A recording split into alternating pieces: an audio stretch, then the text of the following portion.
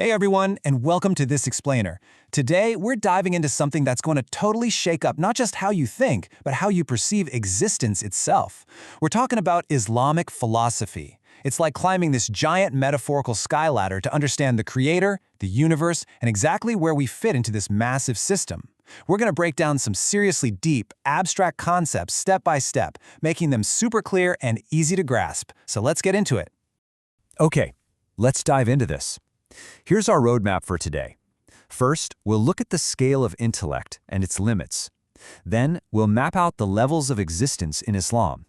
After that, we're tracing the path from creation to the creator, diving into universal and partial free will, and finally, wrapping it all up with pure goodness and everyday ethics. All right, kicking things off with part one, the scale of intellect and its limits.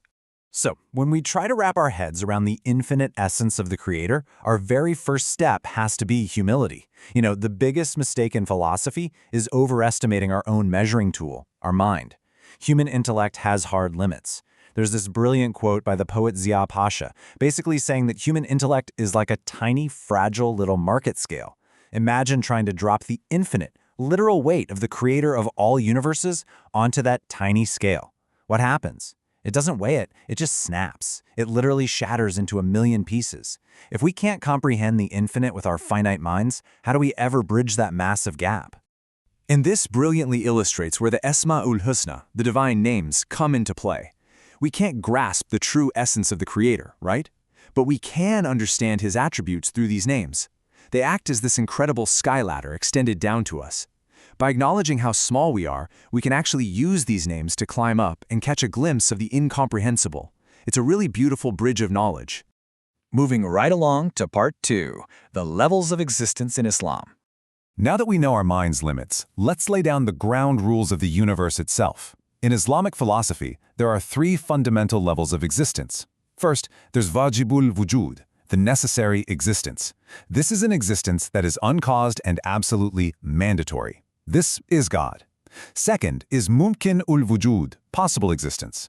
This is everything that depends on something else to exist. The universe, you, me, literally everything else falls right here.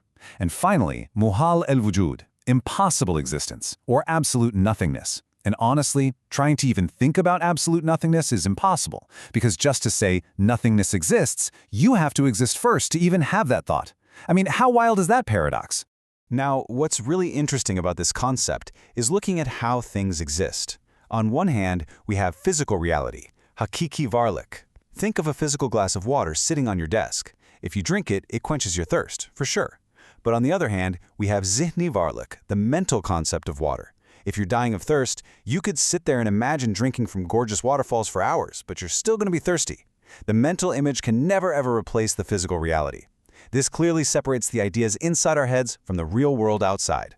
And then we add a third layer, lafzi varlık, which is basically linguistic existence, or the words we use. The physical water and the mental image of water are universal, right? Everyone experiences them the same way. But the word we use changes. An Arabic speaker says ma, an English speaker says water, a Turkish speaker says su. The spoken word changes across cultures, but the essential truth of that water, it stays exactly the same.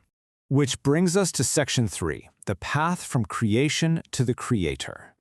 So stepping out of ontology and into how we actually know things, we hit a massive question. Where do we even start if we want to discover the divine? Like, practically speaking, where does the first question begin? Well, the philosophy gives a pretty stark warning here. If you try to start directly at the very top, trying to figure out the infinite creator, you're gonna get totally lost. Why? Because it's literally like a first grader trying to write a PhD dissertation. Remember, our tiny scale just can't handle that weight. The correct, logical path is actually to start with the physical world right in front of you, the creation, or the art. Look at a glass. What is it? Glass. Where did it come from? Sand. Where did that come from? The earth, magma, cooling ash. You trace it backward. You go logically from the physical art to the act of creation and finally to the artist.